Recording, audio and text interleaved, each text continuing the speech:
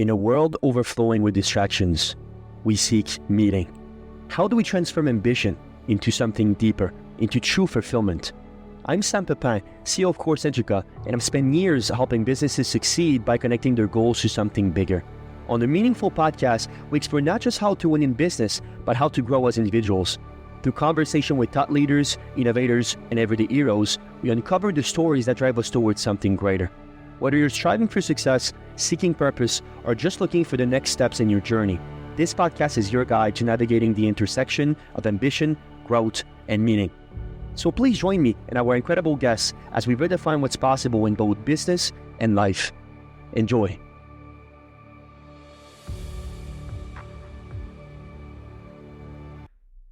Your network is your destiny. Every door you open for others stands for you. Welcome to the Meaningful Podcasts. I'm your host, Sam Pepin. Today we're diving into the art of connection, the mindset behind relentless creation, and how to turn opportunities into impact.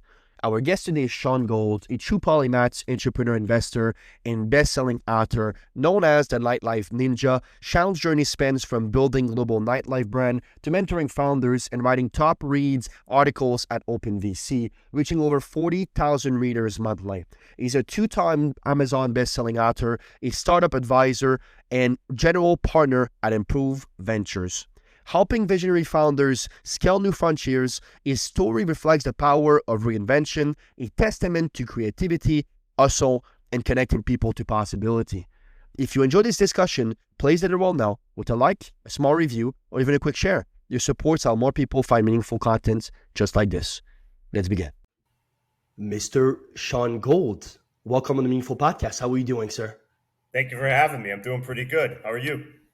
I'm doing great. Thank you for joining me. You're self-proclaimed polymaths, and those are my favorite people to talk with. So this will be a fun conversation. To kick us off, please tell us more about OpenVC. Yeah, so OpenVC, to put it bluntly, is a startup founder's best chance for raising funds. They can use our platform, browse thousands of investors, read our blog to find out what goes into a good pitch deck, your startup valuation, what everyone in the venture capital firm does, how to write a cold email to a VC, and more, as well as create a profile and reach out to VCs. And the best part is it's 98% free, and it always will be. So, I don't know if there's a link below, but we should have a link below. Say click, and you can join. It's definitely mandatory for tech founders who are looking to raise in this day and age. Fantastic. Yes, it will be in the descriptions of this episode, obviously. I want you to take us back to sort of the very beginning of all of this. How did you get into finance? What I suppose, inspire you? And what meaning perhaps do you find behind this venture? If you can start to the very beginning of your story, that'd be great. That's a long story. I'll give a concise answer. I've been a lifelong entrepreneur. I always been hustling ever since I was a kid. Primarily known for the almost 2 decades I spent in Miami nightlife, throwing parties, promoting parties, working with high net worth individuals, celebrities, big brands, doing activations, launches, concerts, all that fun stuff. Wrote multiple books, started lecturing on it, got suckered into startups, worked with dozens of startups, I still do, got suckered into venture capital, so work with a lot of different funds, I still do. And I somehow ended up here on a podcast with you, which is my pleasure to be on. But yeah, I've done a lot of different things, a lot of cool things, just in related to entrepreneurship itself, startup ecosystem, venture capital, technology. Every day's a new adventure, and that's how I try to keep it going. That's the meaning behind it. All right, sounds good. I want to touch upon sort of the art of polymaths, because you talked about this at great length. As you said, you have touched basically on a bunch of industries, bunch of roles.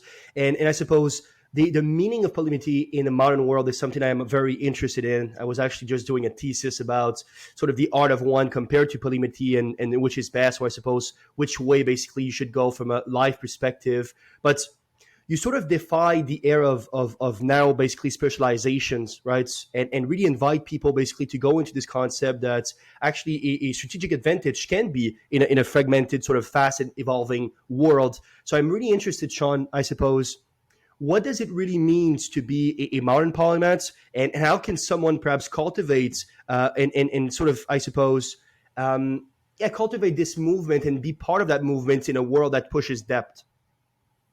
So it's not a movement. That's number one. It's not a movement. It's a way of life. And as AI becomes increasingly more complex, specialization, as I've always believed, is going to be reserved for insects. Okay, It's not going to be reserved for careers or for people. The future is going to belong to someone that knows how to use technology, knows how to use all the AI tools, knows the difference between actual knowledge and AI generated slop, has a variety of different life experience in multiple industry verticals, and can put all that together in a package that makes them unique to whatever role they're going after. So things from different verticals will come back, and even though they seem random, they're not. They'll come back and they will gel. And something that only you as an individual can provide your clients, or in some cases your employer, just because you've had that experience. You're going to need to be able to, for instance, use AI tools and talk at length about how to properly use a chat GPT and how it could make you more productive, as well as pulling in something from, say, your background selling ice cream person to person, right? It's something that the future is going to belong to generalists, and just specialization, as awesome as that is. It's just what used to take years to master with AI, you could literally master it in weeks, if not days. You can prompt it to give you all the information that you're going to need to know. And you're going to have to double check it. You're going to have to verify it. You're still going to have to know how to research and how to apply it. But essentially, the barriers to entry have collapsed. So anyone with a desire can go after what they want to do and learn at an exponential rate and for free, like they've never been able to do before. Interesting. So it's interesting. You mentioned this quote by I think it's Robert Aileen, right? Specialization is for insect. Yeah. Mm-hmm. which is definitely a very interesting guy. So from your perspective, because let's take a look from the information age basically onwards. So the 2000s, obviously the information age, beginning of technology and so on. We see a lot of people getting very rich off of the specializations, right? Especially tech specializations. Now you believe that basically threshold to entry is going to be so low that having a specialization alone perhaps won't be enough to differentiate yourself, and therefore having a generalist mindset to a market in which will be sort of flooded with personal experiences, people like yourself, Rogan, others that have basically cultivate a field of knowledge that is so wide that that's actually the mod. That's actually the sort of the value proposition. Is that sort of how you understand it? It's not only a matter of how I understand it; it's what I do, right? I've worked with different clients as far as different verticals like politics, fintech, AI, venture, technology. But I come from a background of hospitality. I've also done work with hospitality clients, sales, all of that. So the individual that is able to enter the workforce that has that kind of mindset and is able to be malleable and not confined to one specific vertical, one specific niche, one specific industry, is going to have an advantage over someone that just focused on being a CPA, for example, being a financial advisor, for example, being a marketer, for example. You're going to need to have a variety of different skills, and you're going to need to be able to use AI efficiently as your co-pilot so that you can be super productive. The people that are competitive are going to still stand out and they're still going to win. The people that aren't are going to be left obsolete. And then when you go back to saying, people are specialized, 20 years ago, they were the learned, right? The learned are obsolete, but someone that's still learning is going to inherit the future. Interesting. I talk to a lot of visionaries, and just the way you talk, you seem like one for sure. And they all talk about this. Don't say that. Don't say that, please. Well, people that have a different way of viewing the world, I suppose. You definitely seem to be a case from the OpenVC's model and so on. You wouldn't say that? You wouldn't say that you're doing things differently than most? I say, as an individual, I'm doing things differently. Of course, I'm unique. It doesn't make me a visionary. I don't like the term visionary. People that are visionaries are usually cult leaders, corrupt politicians, con artists. They always have a vision. They always have a vision of how it's going to look. No, it's not a visionary. It's just a new way of thinking, right? Sure. It's a new way of thinking that I test on myself and that I apply, and that has worked for me, and that continues to work for me. But it's not for everyone. I don't think it should be for everyone, and I don't think the average person, unfortunately, has the capacity to do all that because it requires a lot of work. It requires you reading really boring stuff. It requires you looking into different aspects that nobody else would look into so that you can form your own thoughts and your own process for getting work done and for adding value, even though I hate that term, but for providing value to your clients or to your employer or to yourself. We're in an age now where people don't read anymore. Sure, they can prompt AI to give you whatever you need, but it's not going to give you the insights that, say, reading a book would give you, right? That connectivity is not there. If you're pressed for time, of course, but it's two totally different things. So you're going to have to be able to balance still the ability to read and get knowledge on your own, as well as an AI co-pilot to help you bring your vision to life or meet your objectives or meet your goals. That's all I'm saying. And I think a lot of people don't have it. And a lot of people, I think, are just not ready to get left behind or not ready to be obsolete and don't realize just how transformational everything is today. Interesting. You mentioned reading the boring stuff. What does that look like for you? Tell me a few boring things that you'd like to read. Books. I mean, Sure, but tell me some of those. I mean, novels. I try to read more novels than I don't read business books, but I try to read novels. Try to read history. Interesting. I try to read a lot of just reports on AI and Substacks and politics and just what's happening in technology. I try to give myself a personal edge, right? So when someone says, "Okay, tell me about your experience with artificial intelligence or what tool," and everyone will say ChatGPT because that's all they know. Some other people might say Claude. They might say Yeah. Midjourney for pictures, Gemini. Gemini, Right. Jasper. But like if you go deep, like Manus or DeepSeek, Mm-hmm. right? People are like, wait, what's Manus? What's DeepSeek? Maybe they heard of DeepSeek. They're not that good. They're more hype than. But I've actually used them. I got on the waiting list for them. I Yeah. downloaded them.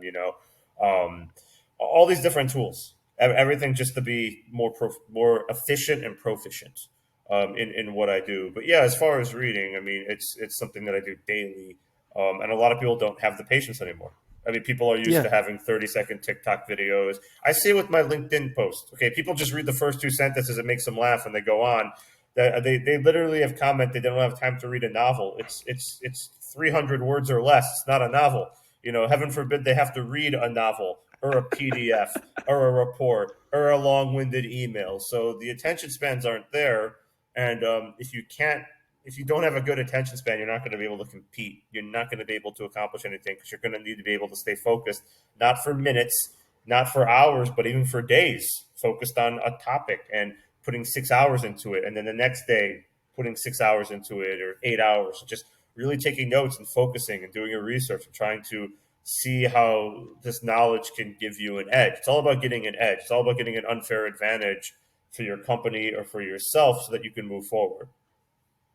Talking about an edge, you're obviously known as a super connector. We'll put it on the quotes here, and which, from my perspective, the way I describe a super connector is sort of engineering, I suppose, collisions, sort of putting people basically the right people at the right time in the right place, and putting them together basically for something to occur. From your perspective, if you could, what's your philosophies on connecting people intentionally instead of transactionally? I think that a lot of people have this sort of concept where just put two people together and then whoop, their job is done without sort of a clear understanding of what that can lead. How do you make those distinctions? And what do you think? Do you think perhaps that connections and network will still be an edge moving forward? What's your take on all that? It's always going to be an edge, 100%. So, I mean, essentially, people I work with are people who have a good vibe. I'll open doors for. It's that simple. People that don't, I'm not, because the introduction reflects on me. Everybody knows that if I make an email introduction, people realize there's going to be value there. Whether it's as simple as being a good guest on a podcast or someone that can help them strategically or just someone they should be in their network. It's very mutual. Everybody wins. I don't do it for a lot of people that I don't deem worthy, right? As Sure. in, hey, Shaun, cool profile. I'm building in the future of AI for insects. Can you connect me to these 5 people in your LinkedIn because they're going to invest in me, they're going to love it, and I'll take care of you. Like, I'm not going to do it. I don't know you. I'm not going to wait. I'm not going to give out the personal information. I'm very protective of it. I've always been protective of it. Even in nightlife, Sure. I wouldn't connect people that I didn't think were worthy with my contacts at different venues or in different cities and whatnot. It's always been people that you want to protect your network, but you also want to cultivate it. I've never had a situation where I introduced someone and it turned out bad. Never, because I make sure that someone is professional, normal, sane, and that has something to add to the conversation. So I'm very protective of it, but I've been doing it for years. I know how it works. I'm much more willing to open the door for someone that I think has potential or someone that could really help somebody in my network than just random. And just a lot of founders want connections to investors. They want connections to money. They want connections for exposure. It's all about them. They don't care. They just want to pillage your network, and you have to protect that. Your network is your net worth, and you want to put it into a fortress, so to speak. Yeah, Portugal. Another good one. Another good one. The one thing that I'm a big fan of, Shaun, you were talking about the fact that you don't read business book. I certainly do, so we're different in that manner. But the reading biography and sort of understanding perhaps what basically was necessary for somebody to accomplish perhaps and to realize for the next steps within their journey, right?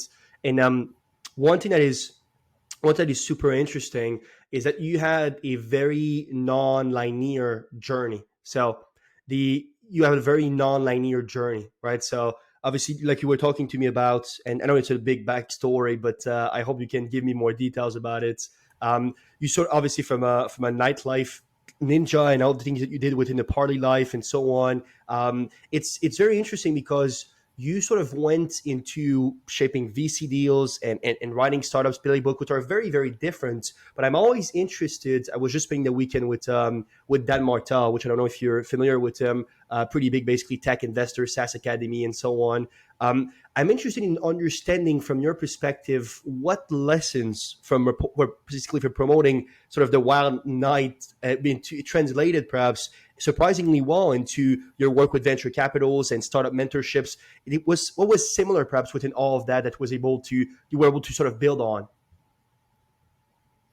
Yeah, I mean, you don't see it at the time, but nightlife, especially what I was doing, thousands of people a week, tens of thousands over the years, dealing with high net worth celebrities. I mean, it's just like VC, right? You have to know who you can let into the club. You have to know who's going to sit at the right table. You have to know who's going to vibe with the right crowd.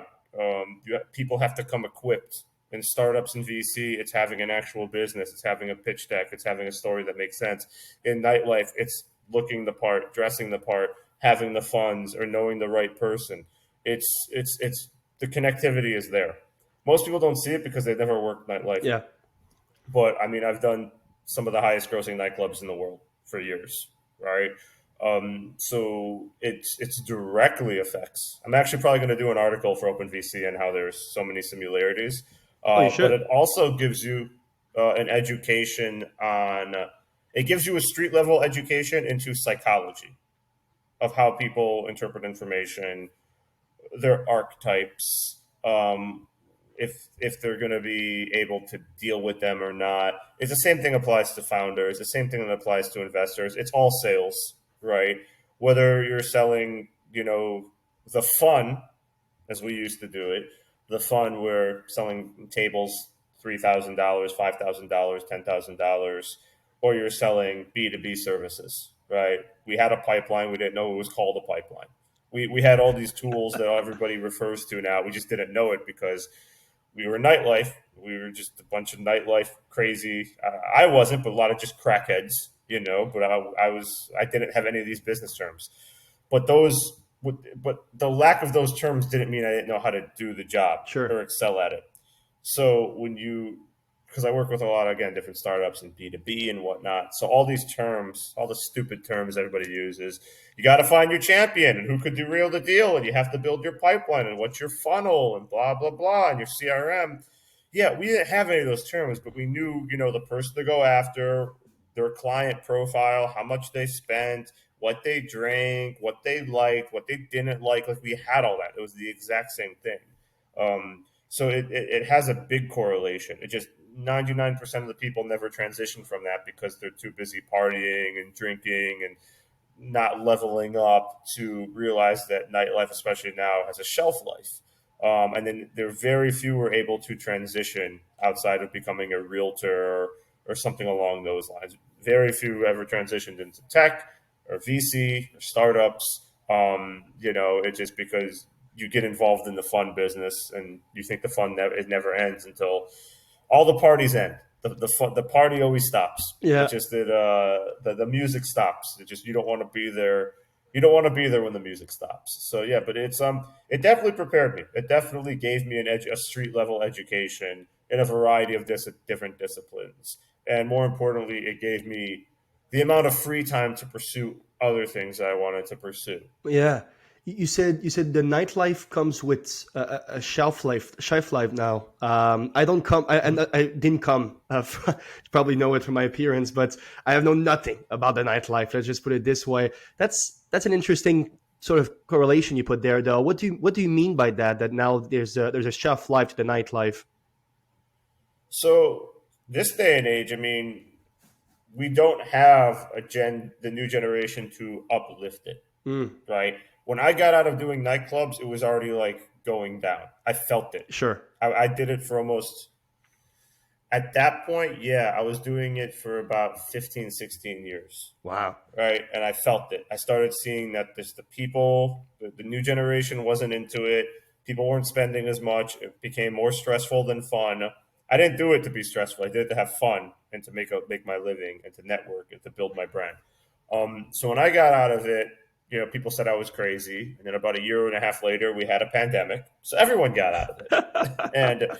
and then after the pandemic, I came back into it because what you had was a post-COVID bump. We didn't see it. We didn't think it was a post-COVID bump. We thought that was going to be the roaring 20s. So I came back for about a year and a half around there, got out again. And what happened was that after that bump subsided, the people that are in their early 20s now do not go out. Gen Z doesn't really drink. Gen Z doesn't have any money. If they do have money, they don't want to spend it in a nightclub. If they do go to a nightclub, it's for an event, a birthday, to see their friends, to see their favorite DJ, performer. So it's maybe a once in a while thing. When I was doing it here in Miami, South Beach, the mecca of nightlife for the world, it was a 7-day-a-week thing. You can have a different party going on every night, and I was always be out 4 nights a week at the minimum, depending on the time of the year. It'd be 7 nights a week. March, we'd sometimes go 31 nights in a row, 28 nights in a row, depending on the schedule. So, but you had everybody because as a millennials, you wanted to go out, wanted to party. But Gen Z doesn't have that. Gen Z can just look at the phone and watch YouTube or, go on TikTok, and that's it. They don't need to be into that. They don't want to go out. They don't want to go to house parties. They don't want to go to bars or lounges. And we see that. There's really, nightclubs are having a tough time. There's not a lot of them anymore. One of my friends is selling all of his properties. He's been a nightlife guy since 2008, owns bars and clubs, selling them all. It just, the money's not there. And I feel like a lot of people that didn't pivot because they thought the party was never going to end are left holding the bag, right? I got out on my own terms. And I got out on the terms that I don't need to do this anymore. I want to do it, and today I miss it, but I miss more along the lines of how it once was. Yeah, I don't go out anymore, but if I did, it's not going to be good. There's not as many places as there used to be. It's not as fun. It's, and it's not just, it's just not what it once was, right? So there's nothing even there. And I still see startups because people always contact me because they want me to help them with their startup for nightclubs or whatever. And it's just terrible. Like they have no experience going out. They don't know what it's like. They don't have any idea. They just Googled how big is the nightlife market, and they got some number and they said, oh, okay, I have a tool that's going to make going out more fun. And it's like, okay, well, you have to have people that want to go out. Okay, you have to have a generation that wants to go out every weekend and spend money, and you don't have that.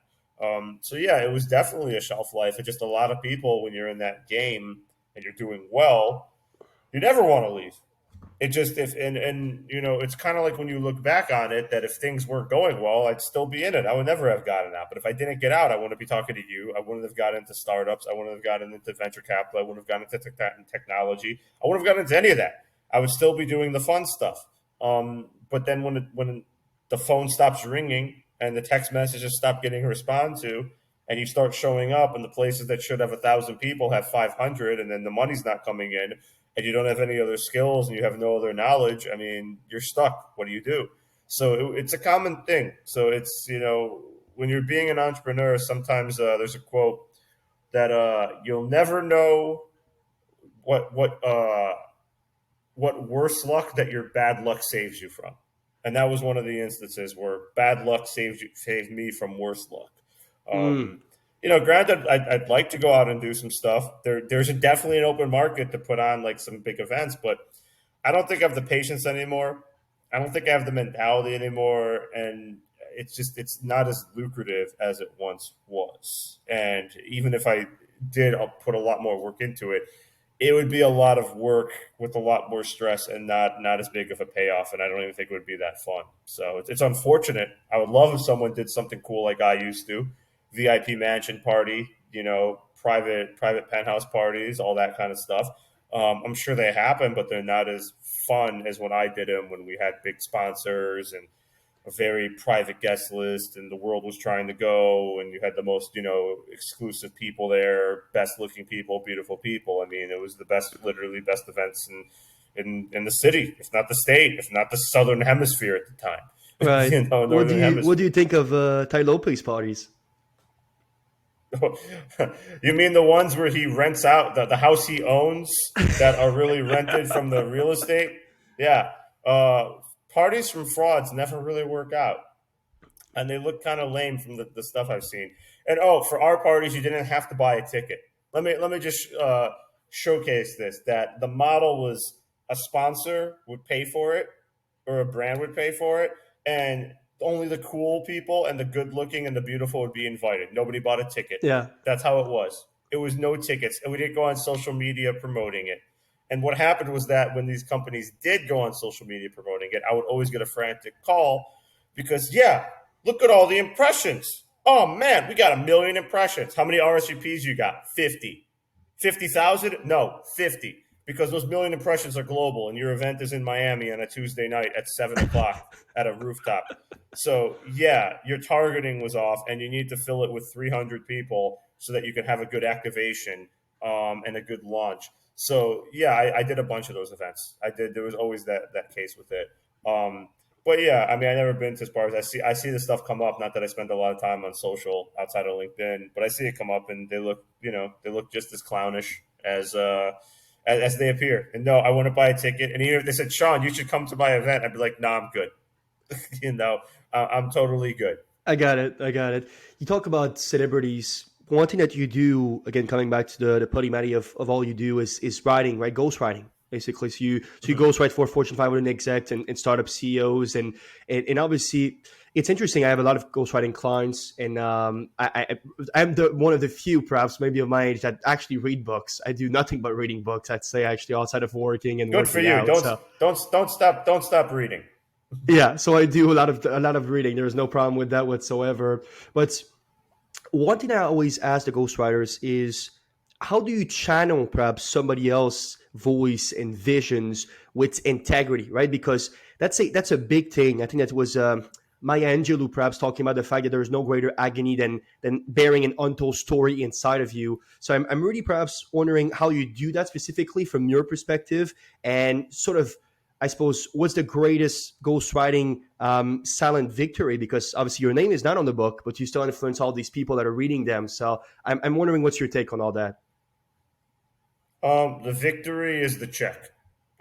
I don't care about it. I mean, again, in a lot of the ghostwriting I do specifically for LinkedIn, so it doesn't matter for me because if they get millions of impressions a month, I mean, I generate between all my clients millions, right?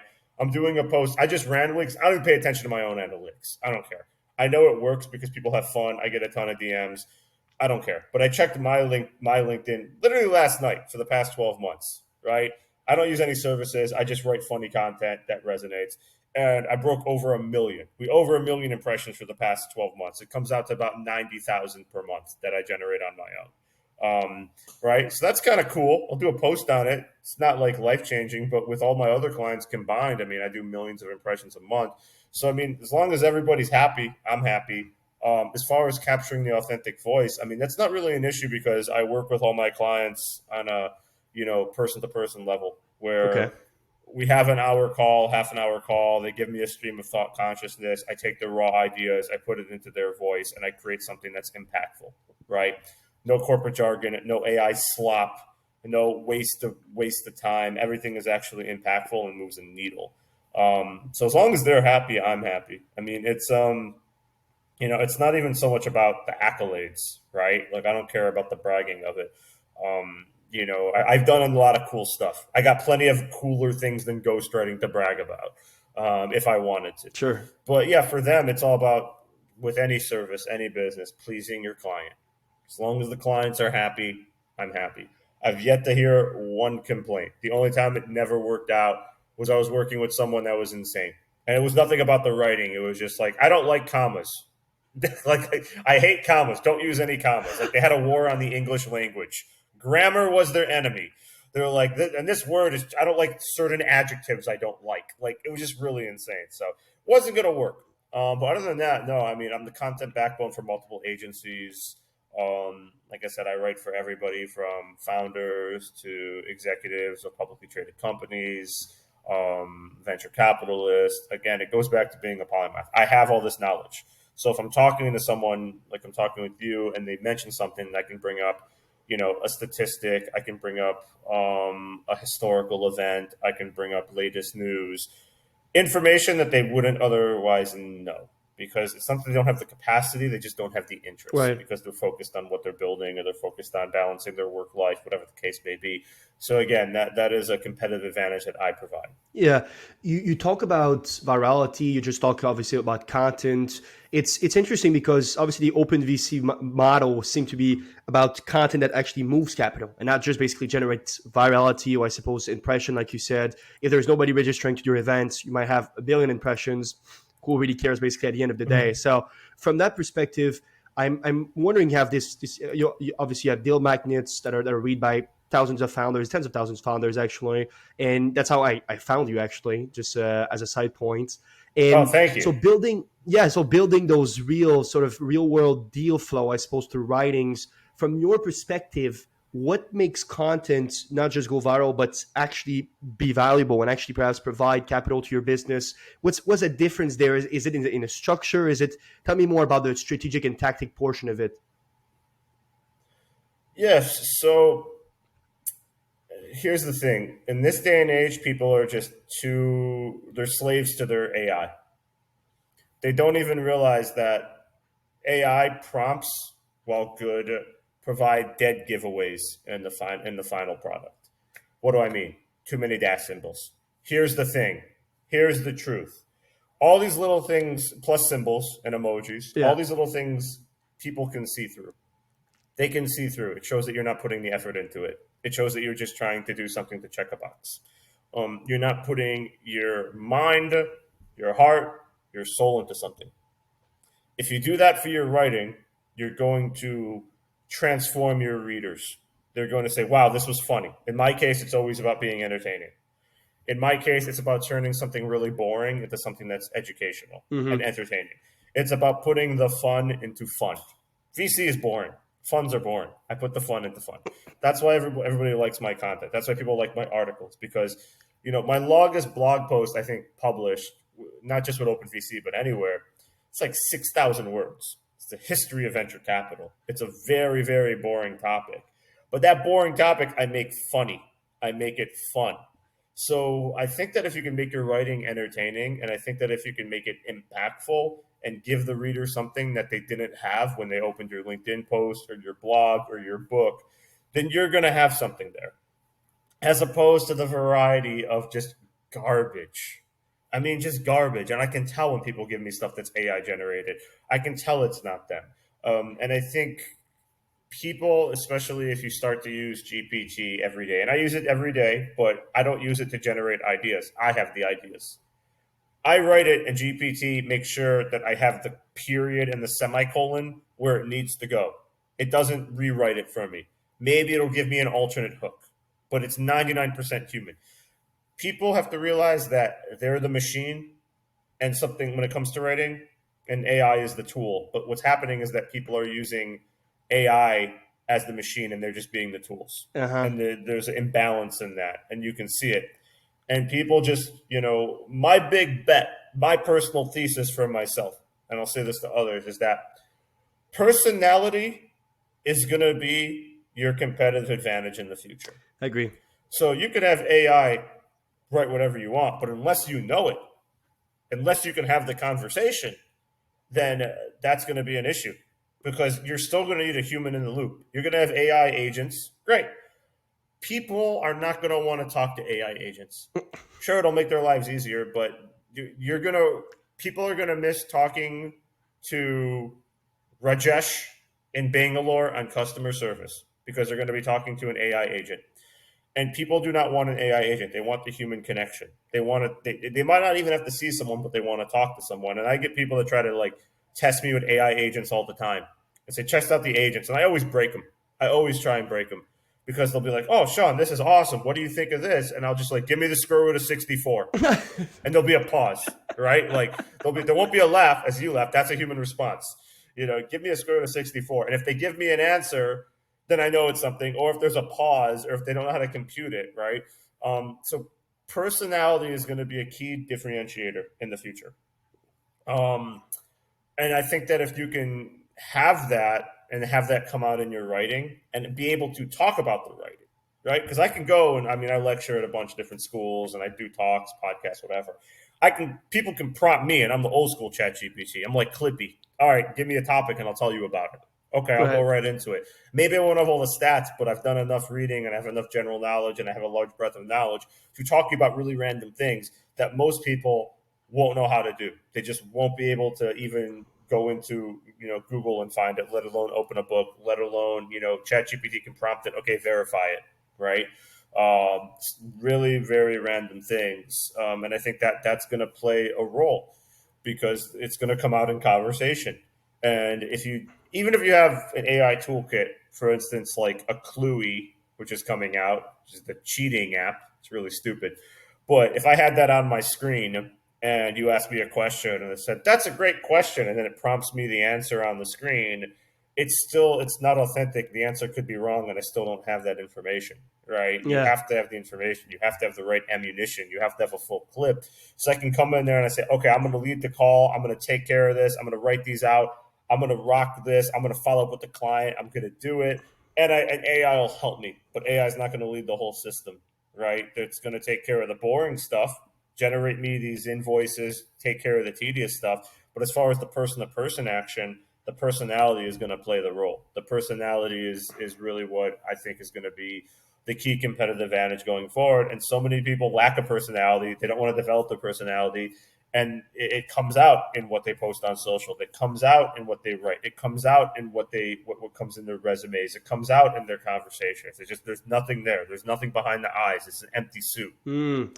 I think we see this in so many levels. We see Ken Chang, right, getting viral on LinkedIn for his humoristic post. I'm a big fan of Oversimplifying YouTube, which is sort of these huge history, basically topics, which he blend with humor. Benjamin in finance. I don't know if you know about Benjamin, incredible guy. And Benjamin Graham, or which one? No, Benjamin. It's just Benjamin on YouTube. Basically, he does these very, again, boring topics, right? We'll talk about the fact of I suppose, Warren Buffett philosophy basically on investing, and he'll do a bunch of memes, and he's a very funny guy. And we see that being sort of an edge where those content goes viral. And again, I agree with you because, and I was actually just talking about this with one of our investor. The threshold to entry with tech is so low. I mean, it's already low. It's going to be even lower with AI agents and so on. You can now build a one man basically team startups with less than $500 basically per month budgets, and you have pretty much everything you need to get started. It's incredible. But because of that, it's sort of the age of imitation, which actually that's a perfect segue to what I was about to talk to you about, which is Better Be You, right? You have this best-selling book, which is Better Be You, and sort of a call to authenticity in sort of a world of clowns. I was actually talking with my ghostwriting clients, and he had this great post talking about the fact that now we ask ChatGPT about our authentic voice instead of just writing it basically because we are us. You are you, but you're asking the machine to act as yourself, which is very interesting. And I think that's only worked for so long. People already basically get to seem to understand now that it's not just this, it's that. Obviously, like you said, these how do you call them? Those sort of long dash in between sentences. We see them over and over. So I suppose from your perspective, outside of just the technology aspect, why do you think people struggle so much to just be themselves? What's so hard? What's the bottleneck there? I mean, it's that's the old Walt Whitman quote. To be yourself in a world that's constantly trying to change you is a victory, right? I mean, I'm paraphrasing the quote, but if only I had AI what's the Walt Whitman quote? No, the other one. It just comes to me. But yeah, I mean, listen, people don't want to be themselves because they're in a society that hammers them down, right? Why don't you act your age? And when they say that, that means why don't you act my age? Why don't you get a real job? When they say that, it means why don't you get my job? People always try to kill the things that they can't understand or that they become envious of or jealous of. Trust me, with nightlife, I was like a D-list celebrity. People always are trying to tell me to get out of it or do something or get into sales for aluminum siding or whatever, right? But you have to be sort of a rebel. This goes to being a founder as well. You have to be a rebel against the status quo. And you have and I coined this term years ago, and I'll use it again because I don't care. Because I don't care the backlash. But you have essentially the mediocre majority. The majority of people are just mediocre. They can't do anything. They don't know anything. There's no agency in them to do something. It's just, they're essentially, there's a pendulum that's just oscillating between conformity and slavery. People want to fit in because it's safety in numbers in the herd. People want to do what they're told because if they stand out, the squeaky wheel gets the grease. And it's hard to go your own way. And that's why people don't want to go their own way. And that's why people seem robotic. They were robotic before AI. Now they're even more robotic. I mean, it's what it is. Like here, if you want a competitive advantage, be yourself. Get a life. And I know it's hard because all the good lives are taken. I get it. But you have to develop it. I mean, you have to, there's a book by Martin or Orison Scott Martin. Yeah, Orison Martin. He founded Success Magazine over 100 years ago. Okay. But the book is old, Make Your Life a Masterpiece. Simple as that. There are a lot of old books that I read, right? And I feel like a lot of people don't read books anymore, like as far as self-development, as far as philosophy, as far as mythology. And in place of that has become people on YouTube and TikTok that have no fucking idea what they're doing. And their whole goal is to sell you a course that allegedly is going to make you a millionaire from your laptop, right? It's always something stupid. And they all, for some reason, have a nice car. It's usually a Lamborghini. I guess that's the one you could rent out easily. I mean, I used to rent exotics. They were all pretty expensive, but I guess it's a write-off. It's a business thing. Yep. But yeah, it's always something stupid because you're not getting the value from those people. You're not getting the life knowledge, the business knowledge, the self-development knowledge, the philosophy knowledge. You're not getting any of that you would from reading a book on Percival or from reading the Odyssey or from reading The Moviegoer. You're not getting any of that. So a lot of people are just conditioned to be on the assembly line. The problem is AI has thrown a wrench into the assembly line, and the factory is closing down. And the path of good grades in school, good college, good grades in college, good job, work my way up to the CEO, that path has been eroded. It's washed away. It's a wasteland. And sooner people realize they're in the wasteland and that it's their job to bring life to the wasteland, the sooner they'll undertake the journey of being themselves, of relying on their natural talents, of doing what it takes to get to the next level. People don't want that though. It's hard, it's hurtful, it's painful. You don't want to make the sacrifices in the early days to get to where you want to be. You don't. You want to, especially now, because social media, all it does is shows you a life that you're never going to have. I mean, it's mentally damaging. We know it is, but it shows you a life that you're never going to have. It's all fake. It's all filtered. It's all, it's all scripted. It's not reality, right? So people work towards something that is just fake. It's ethereal. It's not going to be there. But if you can work towards something that's real and you can put in the effort and put in the suffering and increase your capacity for suffering, and by suffering, I mean losing, getting terrible feedback, getting no feedback, hearing a no, getting denied time after time after time, getting clients, losing clients. That's what makes you a good founder. That's what makes you a good investor. That's what makes you good employee, because you know what it takes, right? There's a common occurrence, especially among Gen Z now. And I hate to keep talking about them, but I mean that's the generation now. So they get all the news. No one cares about millennials anymore. I had my time, but yeah, there's a common thing with Gen Z where it's like they don't want to work and they don't want to put in the extra effort because they want to be paid more and they want to add more value. And I get it. I'm with them on that. But you have to have the value to add. You can't make those demands if you don't have the knowledge or the experience. I can make those demands because here's all the stuff I've done. Here's my success rate. It's proven. I have letters of reference, recommendations. I can get you all that. So I can demand that. But if you don't have any experience, if you have, I achieved 50,000 likes on a post that has nothing to do with business, it has nothing to do with a service, it's just a personal post, and social media, okay, but you've never done it for a business or a CPG brand or something, then you can't really demand the money you want, right? So you have to have that experience, and that experience only comes from getting beat up. I'll give you perfect nightlife, okay? Nightlife to me, besides the initial introduction, the first 2 years were horrible. Okay, all the money I made was lost trying to do bigger and bigger events. Right. It took me 2 years to learn the game, make the connections, have a plan, and start building out the reputation and a repeatable business model that made sure I never had to look for a real job. I mean, I tried for like a week and it was whatever. but it took me 2 years to do that. Now tell someone, listen, I need you to get beat up for 2 years and you're going to lose money and you're going to feel depressed and you're not going to want to get out of bed and you're not going to want to do it. Would you do it if it gets you to where you want to be? And most people are going to say, yeah, but would they actually do it? That's a different story. Correct. Okay? It's way less sexy than saying, oh, you can buy my course for $97 and you'll be rich in 2 weeks, right? That's a way more sexy scheme, but that's a false one. Sexy.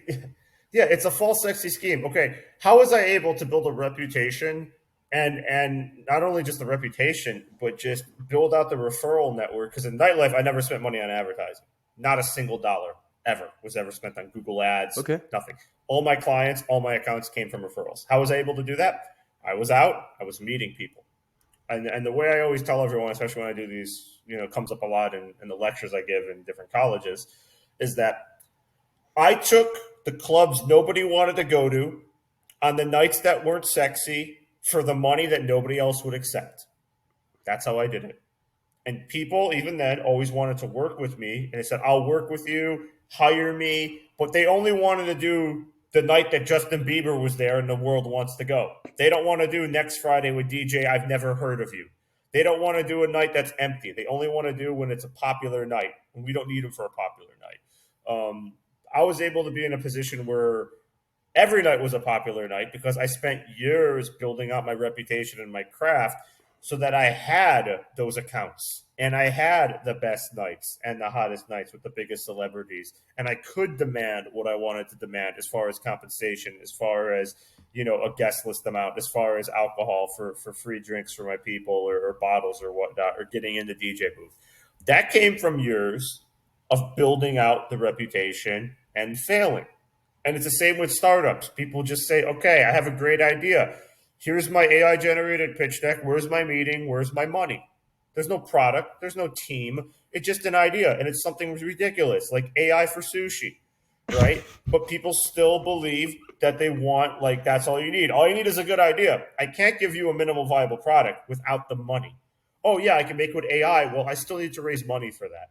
Like, people will not spend the $6 a month to get a professional email for their startup because they want to raise funds first. So instead, they'll send me a deck if they get my email from, hotdude93 at AOL.com. And yeah, not professional. Yeah, I'm going to take that seriously. So, people don't want to put the work in. They want to have the safety net. Give me the money first. I'm not going to take the risk. I mean, my first parties, I would fly to another country. I would fly to the Bahamas and I would work 18 hours a day. And the first time I did it for free. Okay. But every time after that, I was a partner in those parties because they needed a guy like me that was going to walk the beach from noon to 7 p.m., take a break to eat dinner and shower, go back out at 9 o'clock at night and promote until the clubs opened at 10 or 11, and then go to the clubs and be at the clubs and do that for 5 days in a row, right? Normal people want to do it. I would bring people with me. I'd say, listen, I will pay for your trip.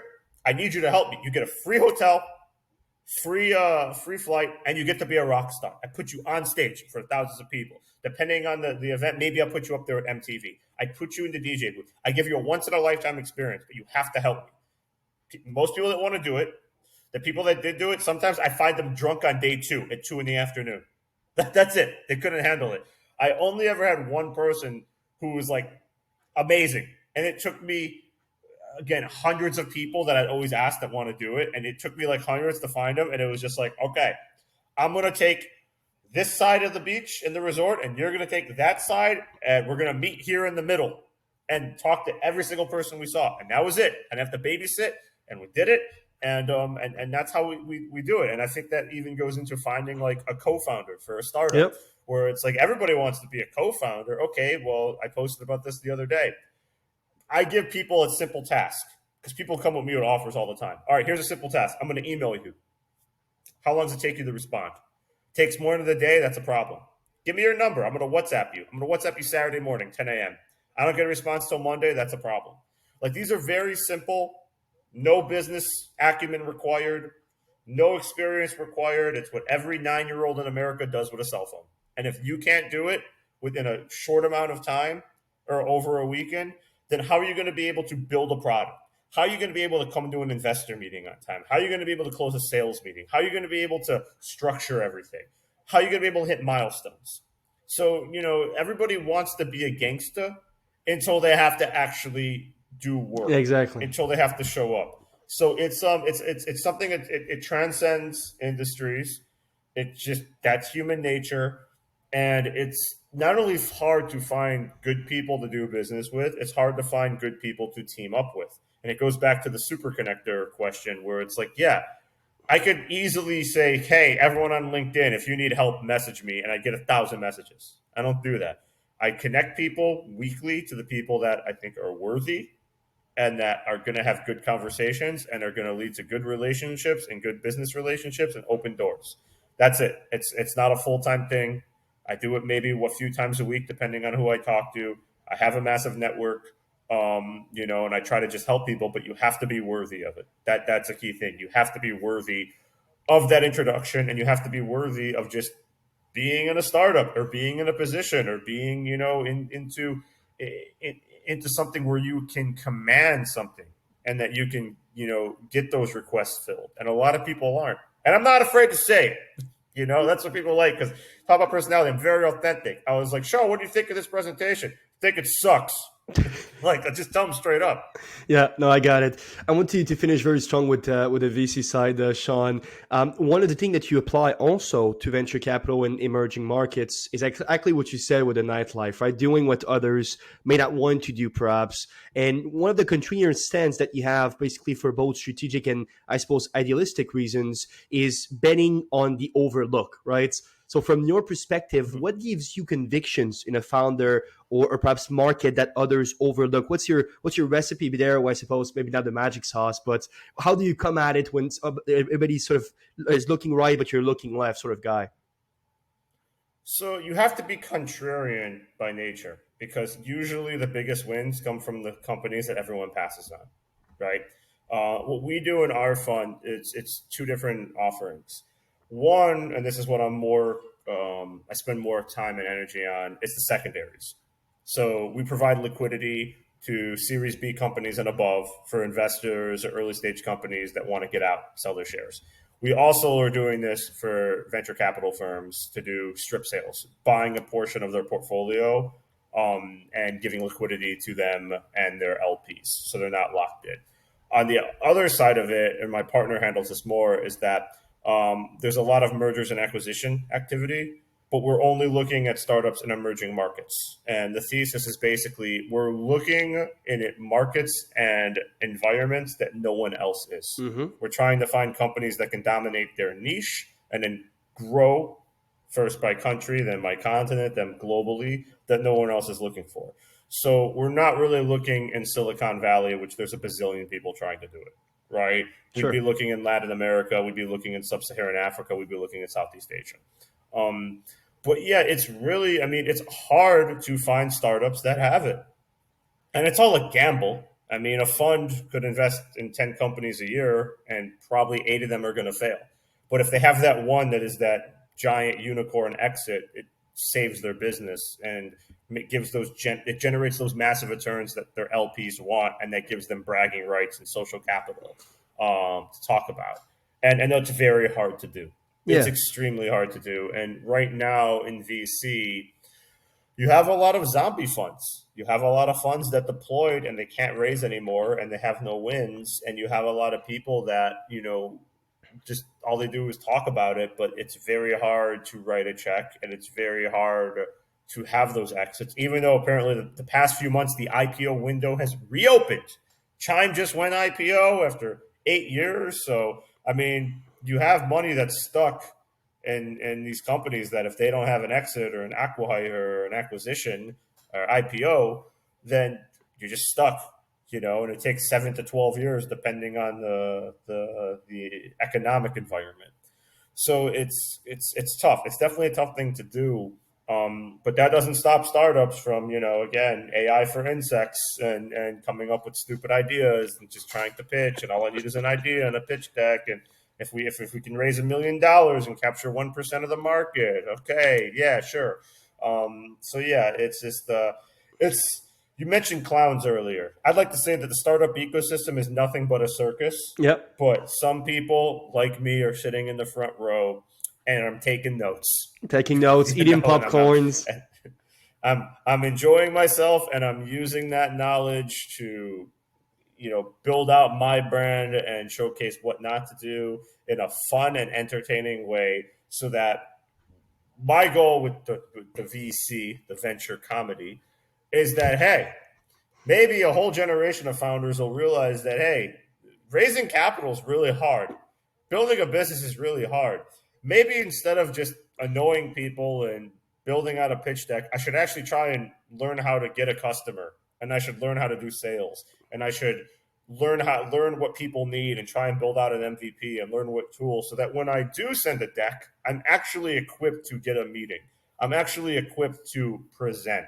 So imagine if that happened. All the startups would kind of come at a certain level, and then I think more of them would be investable. I think there'd be more productive meetings, and I think that there would just be a better ecosystem that's more serious.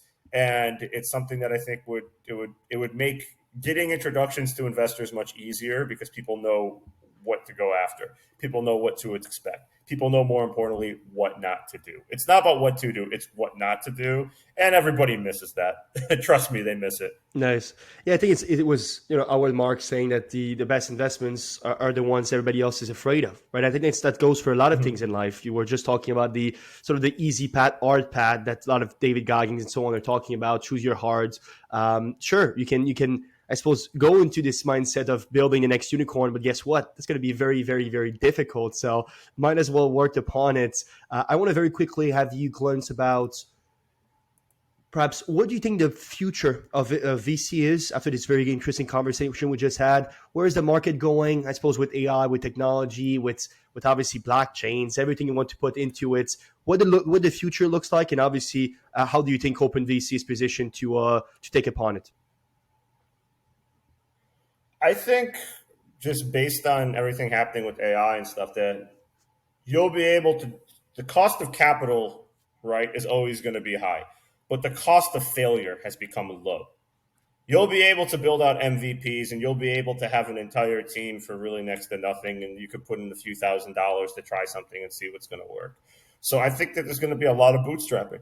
I think that's going to be easier to bootstrap. I think there's going to be a lot more ideas on the market, and I think it's going to lead to stronger companies. And if you have a stronger company, and if you follow me on LinkedIn and listen to what I tell you to do and have some fun, you're going to avoid mistakes, and it's going to be easier to raise capital. It's going to be easier because you will have checked the boxes. You'll have a product. You'll have revenue. You'll have a team. You'll have a market. You'll have traction. You'll have a roadmap. You'll know your burn rate. Your burn rate's going to be so low because you don't need to spend hundreds of thousands of dollars a month. You might only need to spend thousands, $5,000 a month, $6,000 a month. That's bootstrap money. You might not even need to raise. I always tell people that, like, listen, if you can bootstrap, do it. Okay? There's nothing wrong with bootstrapping. There's nothing wrong with a MailChimp style exit where two founders had a $12 billion exit, and instead of getting 5% of a company that they started, they get 100%. Like, there's glory in that, but people want to raise hundreds of millions of dollars. They don't realize that that's diluting their company.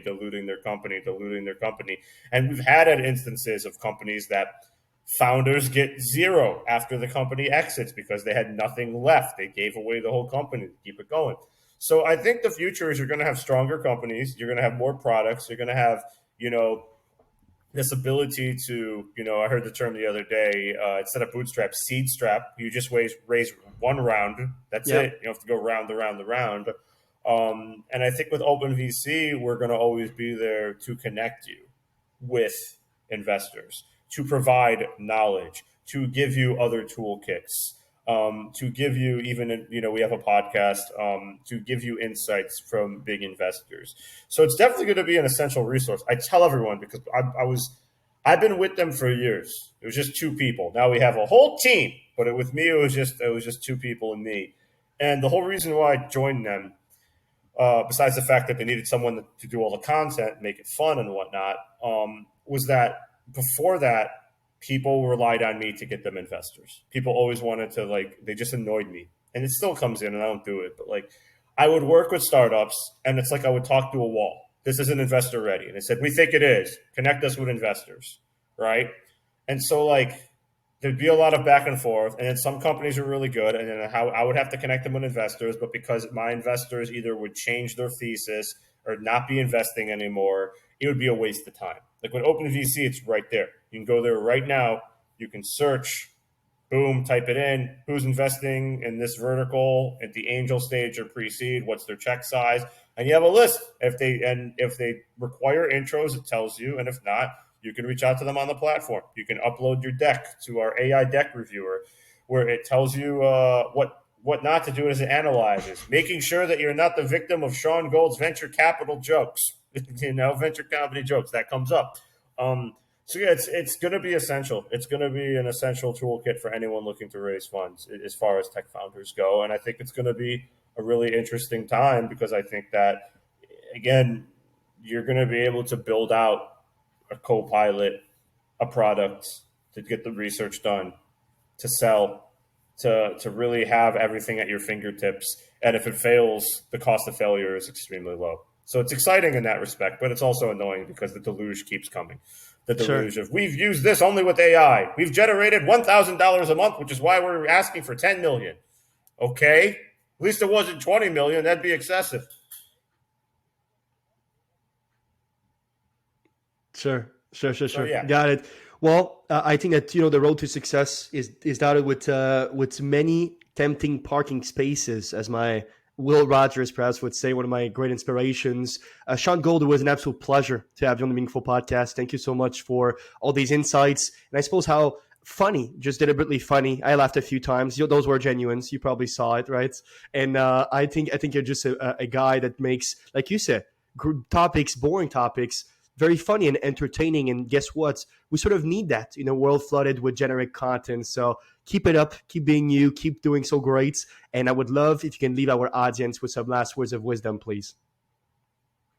I mean, how could I top that? I mean, I hate saying it, but yeah, you can follow me on LinkedIn. Give it a like. I try to provide good content. If you're going to connect with me, include a note, or else you're just going to be left on red, as they say. But okay, let's end it on a positive note. I'm Shaun Gold, and for as long as you build, keep learning how to build. Thank you for spending your time with us today on the Meaningful Podcast. If you enjoyed this episode, please leave a review or share it with someone who could benefit from it. And always remember, your story matters. Make it meaningful. We hope to see you next time.